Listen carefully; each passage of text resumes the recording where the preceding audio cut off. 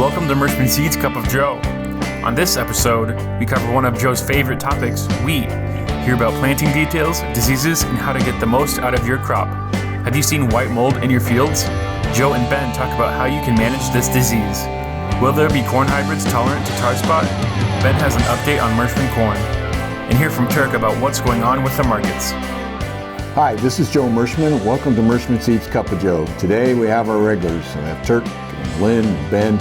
And Lynn, you've been out in the field. Bring us up to date. Yeah, so we're hitting a critical period, what I would call for wheat.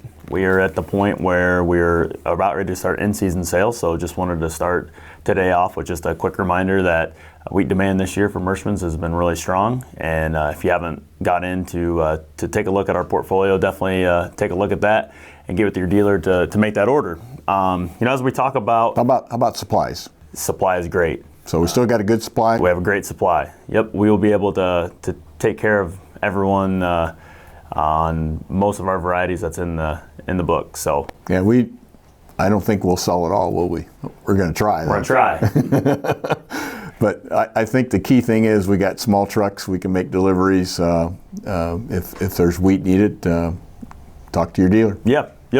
Be proactive though. We like early orders. So, and that's something that we've talked about pretty readily around here is that with all the players that have kind of backed out of the wheat game, I think our dealers are going to be very popular people. So if you have any inclination, definitely get in touch, because we try our best, but we can only be in so many places at once. So well, if the customers really want to know why we have such a big supply of wheat, it's because our seed fields yield it so well. I mean, we had a record high yield crop of high quality, highest test weight in years. So, I'm looking at the germinations too, and they're closer to 100 than they are 90. So a lot of extra bonus germination coming into wheat, very good quality.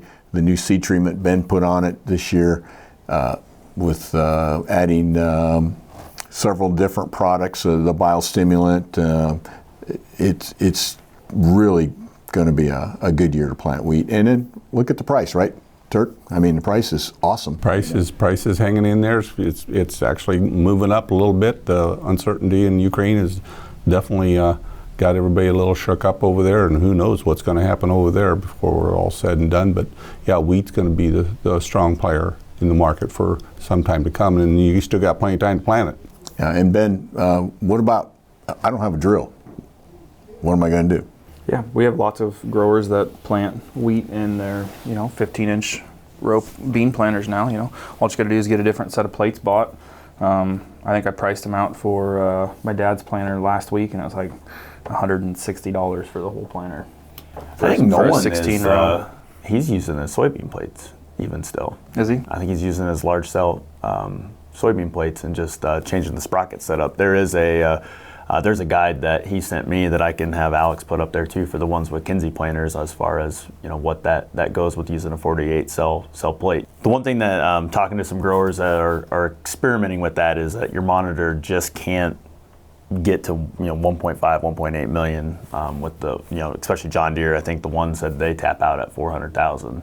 So it's possible.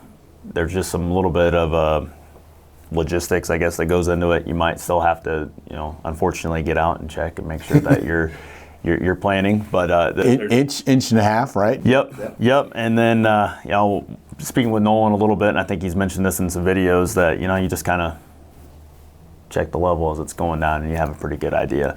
But yeah, no, they're making it work on both wheat cells, or small grain cells, and soybean cells. Well, and the key thing is you can plant it in 15-inch rows, right, Ben? Mm-hmm. Or you can, what's the other option if you don't want, okay, you got a 15-inch planter, you're going to plant wheat in, yeah. You can either diamond pattern it twice. If you can plant it in 15s, and if you do, I suggest the Julie or the Maddie products that we have in our lineup, because they have a tendency to close the rows nicely because they're heavy tillering products. If you wanted to go that route, that's okay. I think there can be a 5 to 10% yield reduction in 15-inch rows, potentially. Depends on how early you get the product planted, just like there's, anyway. You can plant it in 15s. You can go back and double plant it so that you're at 7.5. So you can go in and diamond pattern it to catch some of the snow and stop some of the blowing and retain moisture. It's fairly popular as you move west into the more arid climates, is diamond patterns. Well, since we're into wheat, we kind of diverted there, but planting rates, whereas farmer says, my fly-free date's around 25th of September, October 1st, now I'm past my fly-free date. Is there anything I need to change in order to maintain yield? The closer we are to the fly-free date, the 1.5 million is something that we usually set as our benchmark. I know there's guys experimenting with higher rates and using some growth regulators to help with standability, but for Southeast Iowa, and you can just change these dates around for your area. So figure October 1st is 1.5 million. That's the April 20th of corn. That's your starting date. Anytime once I get towards the second half of October, I'm looking at 1.8 million. When I'm at the very end of October, beginning of November, I'm at 2. And from November 1st through the 15th, I'm at 2.1, 2.2 million seeds per acre. Why, Ben? Because there's a relationship with early planting on getting your heads established in the fall and your tillering established in the fall. It's kind of like corn in the way that the earlier you plant it, the more chance you have to get 20 around and the nice long length. And it's also kind of similar to soybeans in the aspect that when you get later planted, you don't have the ability to compensate as much for each individual seed because you don't have that time for the plant to set itself up to have 4, 5, 6 tillers on it. So you're going to want more seeds out there to have more heads because your tillering isn't going to be as prolific with a later planted crop. So there's less compensation going on just because there's not enough time. And the old rule of thumb was 1 head per square foot is 1 bushel. So if you don't establish enough tillers, you're not going to get that 1 head per square foot that you need. So if you want 80 bushel wheat, you got to have 80 heads per square foot. The best thing to do is get it as close to the fly-free date as possible, and then adjust your population accordingly after that. And as of right now, most of our probably audiences hit that date. We're real close to it. Yeah, and phosphate's a critical element, and obviously sulfur, but only 25% of your nitrogen on in the fall. But phosphate is very important to the yield potential on wheat, and it's got to be in the root zone at planting time. Yep. And for the guys that have your wheat and weather comes up, personally, you and I have experimented with middle of November when we planted that 40 at my house, and all we needed to do is germinate, and it was a respectable yield. Obviously, we gave something up because it was so late, but and in this scenario, weather just was not cooperating factor. So planted the middle of November, Southeast Iowa, still came across 60 bushel wheat. So yeah, wheat has to vernalize, and by that it means it has to go through temperatures below 50 degrees in order for it to joint in the spring. And so you have to get enough growth in the fall. Germination will accomplish that, and then you go into your cold temperatures. It will break dormancy in the spring, and that's when you need that nitrogen on there at the time it breaks dormancy, because that's when it's doing rapid cell division, and that's when you can encourage tillering, like you talked about, Ben. So, and again, don't wait too long to put your nitrogen on. That green up is when you want that extra shot of nitrogen, and again, you can split that nitrogen if you're concerned about standability, right, Ben? Yep. I like liquid nitrogen. I like UAN 32% just because you don't get overlap from a dry spread situation, and you get way less burn, especially when you're in the March 15th time frame when you're making that application. You get way less burn. You can add sulfur in to make that product an even safer product by putting thio in with it. And my nitrogen to thio ratio is somewhere in the 1:5 to 1:7. So every 5 pounds of nitrogen, you have 1 pound of sulfur, or 7 pounds of nitrogen, you have 1 pound of sulfur. Somewhere in that mix is where that plant needs to be really, really successful. And you guys, down in the Bay have got it kind of figured out on the time frame, is that we get that warm up and we start to see it green up, and then the nighttime lows kind of drop back down, and it seems like that ground kind of hardens up a little bit, and then next morning you're out there taking care of it. It's called the freeze-thaw cycle, right? You get out there early, and then by noon you can't go across these wheat fields because you're getting greasy. Yep. And that's we fight probably everywhere. Is we see it, and I've talked to customers, and it's green. I just can't get out there. And by the time that they get the opportunity to do it, we've passed the point of the biggest bang for their buck on the nitrogen and sulfur application. So. Well, wheat's a different crop. I know in our test plots this year we saw as high as 140 bushel wheat, which, and 100 bushel is very obtainable, but we've got a lot of farmers in the 70, 80, on some really tough ground and double cropping, and it's making them some money. So, and again, planting wheat can also lessen your workload in the spring, particularly when we've had all these wet springs and trying to get things done. So we can help you. And be glad to talk to you about wheat if you need any help. But let's get back to the important stuff right now, corn and soybeans too. Yeah, so we're starting to get yield reports coming in, and the part that is, I guess, really exciting for us is that our early beans that, I'll be honest, probably left for dead with the drought that we've had, are coming in very respectable. And I think that shows a lot of promise in our lineup from a stress standpoint. The seed treatments are getting emergence, having a very healthy plant all year. Fungicide applications this year have seemed to be just absolutely paying dividends. So on our early beans, we're definitely respectable. Are we setting earth-shattering records like we were last year with early beans? Definitely not. I think there's an advantage this year with locally with our later season stuff. 100% product of Mother Nature though. When you get 2 tenths of rain from the end of July to September, those early beans just struggle to hold on. So, as we're looking at that, mentioning the seed treatment side of stuff, we definitely want to take an evaluation of our plants, take evaluation for if you're in the white mold areas, and Ben, if you want to help me out on what to look for on the combine for white mold. So yeah, it's actually a perfect time during harvest is to scout for white mold, and you can do it by. Explain, Ben. Yeah, you can just look in your grain tank, and then anytime you see what looks like little mouse turds in the sample, that's the sclerotinia. That is the fruiting body of white mold. So those will actually, the combine will spit some of those back out and put them there in the center of the stem of the soybean plant, or sometimes on the edges, or sometimes on the ground. And those can last in your soil for like 20 years.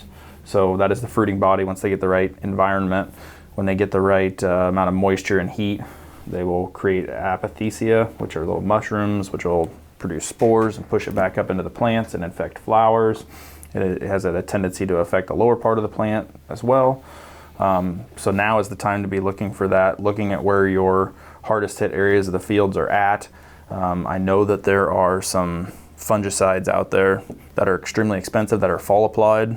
That you can make fall applications of this to try to break things down. Talking with a handful of customers, we're seeing differences in no-till versus tillage. Mm-hmm. So where you can lay those sclerotinia fruiting bodies on top of the soil surface and not disturb that soil surface, we're actually having better results with less white mold. We have a customer that split out a few fields where he ran a vertical till in the fall and a vertical till in the spring, and it's to the line right where the white mold's at. So no-till seems to be something that can benefit growers when they're fighting that, if that's their most limiting disease. Well, and again, the company Pattern Ag, the DNA soil testing, they can actually also, from a DNA perspective, can soil test your field, and you can actually measure your white mold levels. Mm-hmm. And the other thing too is, Ben, you beefed up our seed treatment for next year to give activity on white mold, which once white mold is established, there's no rescue technique or method or anything you can do. You got to prevent it, and that's through management. And management includes soybean varieties and a new seed treatment that we have as standard in our base seed treatment starting line.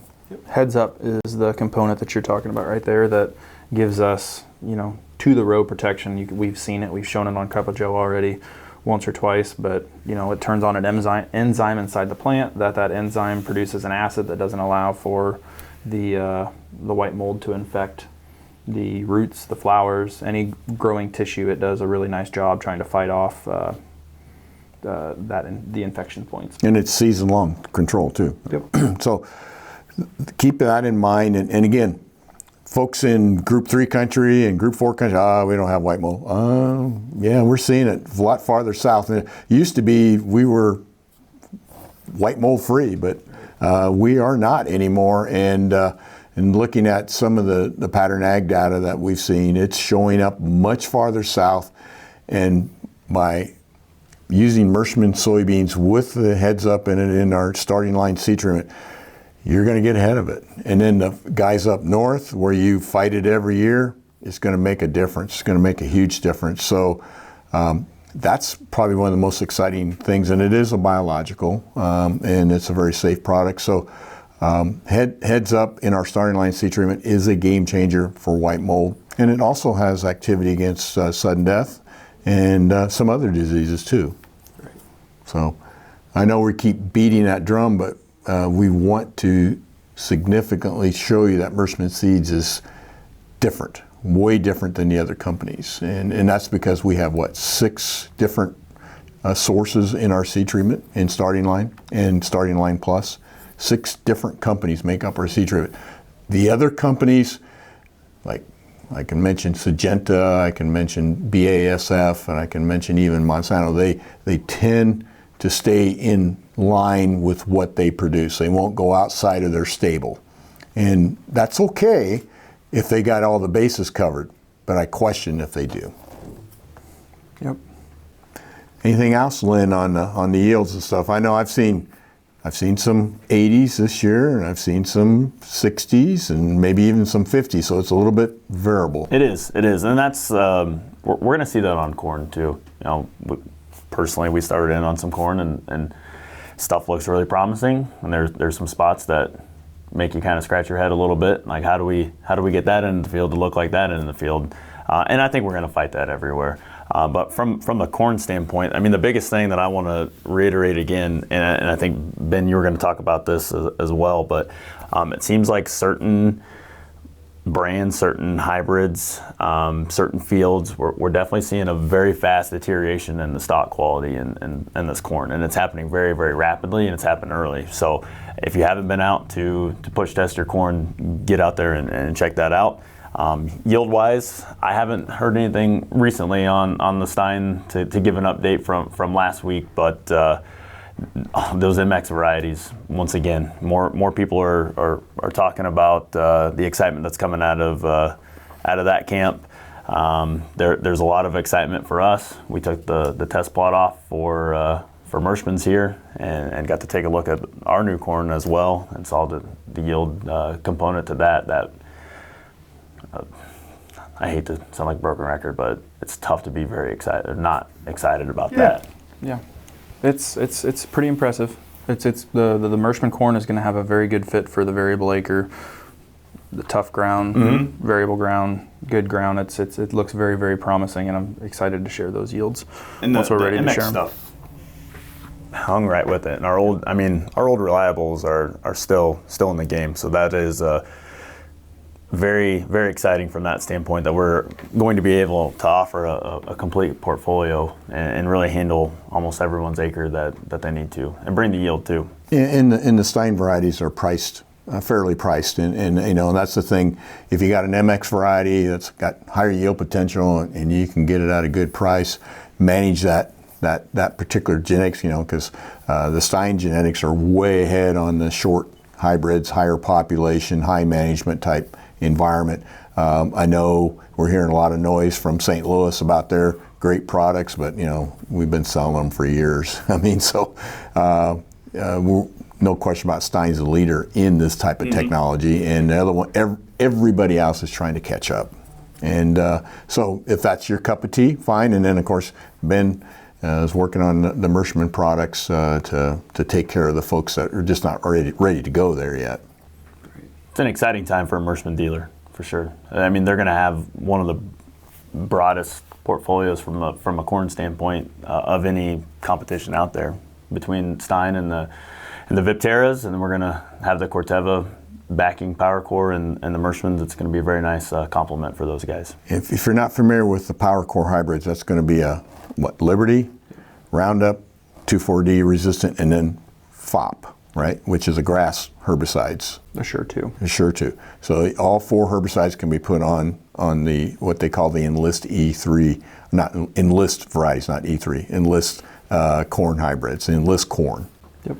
So it's so new, I'm still not saying it right yet. And that comes with 3 modes of action against above ground pests. So your Lepidoptera species, there's 3 modes of action that are very, very efficacious for the protection when you need it for like earworm, stalk borer, all those things. Just rolling off the assembly line right now, so you're going to hear a lot of noise about enlist corn over the next 24 months as it gets up to speed. I agree completely, which is what we were looking at yesterday afternoon, was some of the enlist corn and the different classes that are coming out. And one of the things that I noticed when we were out in those cornfields yesterday afternoon was when I was talking to the plant breeder. I said, so how do you evaluate tar spot when you're looking at the different hybrids, the different varieties, the different classes that are out there? And I said, is it the level of individual tar spots that are on each of the individual leaves? Is it the level of greenness? What are you looking for? And he goes, well, it's kind of a combination of both. So when you're out looking at your fields, if you have tar spot, you want to look at the inoculum load that you're going to be fighting for next year. So that's how many total number of pustules that are attached to each individual leaf when you're looking at it. So you want to look at the density. But when you're looking at a variety performance, you want to see how well that plant either did not allow tar spot to colonize the leaves, and there were 2 or 3 products, one in particular that's going to be in the Merschman lineup that is stand out, that there wasn't any tar spot on. Yeah, we didn't even see any. It was and the variety to the left and the variety to the right were absolutely eaten up by it. And this product, so the inoculum's there, and this product held off extremely well when it came to not allowing the pustules to colonize, the tar spots to colonize that leaf. But the stay green is another factor, because certain varieties can allow the tar spot to colonize, but it doesn't affect their stay green or their health, which is needed for kernel fill and kernel depth. So when you're evaluating your what you have out in your field, you're looking for how bad you got eaten up, so what the inoculum load is for 2 years down the road if you're in a corn soybean rotation. You want to be taking notes on that, and you also want to be looking at how good your stay green was, and evaluate hybrid by hybrid on how much grain fill potential that product had, and then at the end of the day it's yield too. So this tar spot is growing very rapidly, and it's going to be a very serious problem. Some farmers already know how bad it is, particularly over in Illinois. I mean, they've been fighting it now for several years. Here in Iowa, we're just starting to learn about it, but this thing can take so many bushels away from you so quickly, and then you can have the corn laying on the ground on top of it too, because the stalk, the ear takes everything out of the stalk, and then we just get a puff of a wind, and your stalk's on the ground. So, so it's very serious, and I think the breeders are all trying to figure out in their genetic portfolio which products are better and get them on the market as fast as we can. So that's good, man. I mean, the fact that we've got one that we feel is superior right now and it's coming in the next year or two, that's great. Well, it wasn't just the one. Virtually everything that we were looking at to put in our lineup all looked exceptional. correct. Yep, everything looked exceptional compared to. There was one had none, and correct. The other ones were still green, where everything else around it had died already. So. And part of that I found was interesting was, the late season arrival of tar spot, I guess you would say, is when we were talking to the breeder about it, looking at some of them that were green that had it, he goes, well, yeah, it's still a living plant. It's a good place for that to colonize, where some of the other products had already given up, so tar spot's not going to potentially show up, but that plant had already ended its life, basically, had already started senescence, or was complete with senescence on some of them, that, when you're evaluating it and you see it, you're still green and you have tar spot, that's not the end of the world. That plant is still holding on. What would be concerning is to go out when you're doing your late season evaluation and your plant is done. Right. Yep. Well, I know farmers right now, they're in their combines and they're making decisions right now. I mean, they're looking at every soybean, they're looking at every corn variety and deciding, okay, is that one going to stay on my lineup or am I going to replace it? So, and the things are changing so fast in this, and it used to be you could stick with something for several years, and it's not the case anymore because the environment keeps changing. So we'd love to get our sales rep out there to ride along with in the combine if that's something that would be beneficial, so we can better understand your operation and make better recommendations. Absolutely. Anything else, Ben, that you may have to add? Nope. Well, Turk, Yo-Yo might describe what the markets are doing for the most part. Yeah, it's been another week of up and down, and you got the end of the quarter, end of the month, end of the quarter. Traders are evening up again. So the biggest thing is, it seems like in the last week the basis levels have completely went from pretty darn good to pretty darn bad, and a lot of that has to do with how low the river is. The Mississippi is the lowest it's been in I don't know how many years. They said but they can only load the barges at 80%. And I heard a gentleman say this week that it costs more to ship a bushel of grain from St. Louis to New Orleans than it does to put it on a boat and take it to China. Now that's saying a lot. And so that's why the basis level, and that's all basis, it's all showing up in the basis, and that's why basis levels have completely dropped out of bed. So especially on soybeans. But traditionally, that's kind of what happens this time of year, though, isn't it, Turk? Yeah, well, yeah, when we were driving around, every farm's combine's either in the field or it's in the driveway. It's not in the shed anymore. And so in the next 3 weeks, traditionally the harvest low on soybeans is somewhere around the 18th, 20th, 13th to the 25th.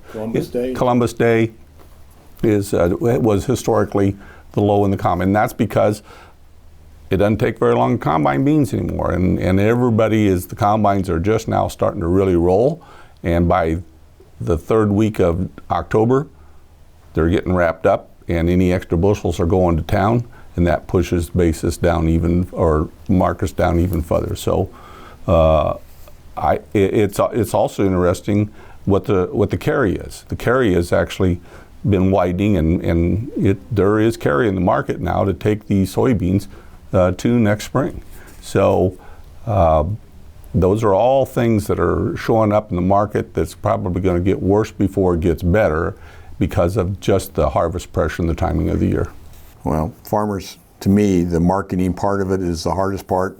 The agronomy part is tough, but at least you understand it. But when we have so many factors now that come into play, if Putin would drop a tactical nuclear weapon over there, what would that do to the grain markets if that would happen? So, I mean, we just don't know. And I heard one analyst say the soybean market could be $3 up or $3 down, and it's going to be determined in the next few weeks. That's because that's when I sell. $3 down? Could be both. It could be both.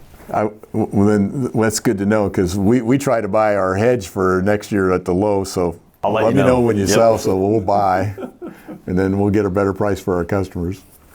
Anything else, Turk? That'll do it. Okay. Well, good joke last week. Do something sexy to a tractor. I thought that was funny. Anyhow, you still have your job, so you're okay. Okay. I got a couple of them here. They're pretty simple. What did the full glass say to the empty glass? What did the full glass say to the empty glass? You look drunk. Okay. One more here. I occasionally travel, fly every now and then. So recently I sat next to a baby on an airplane. I had no idea human beings could cry for 12 hours straight. I think even the baby was impressed by how long I could go. So, that's it for this week. Please be safe out there in the fields. We know that this is the time of year that accidents happen. Take your time. Be careful. And hopefully next week we find you healthy and safe, and we'll see you next week. Take care.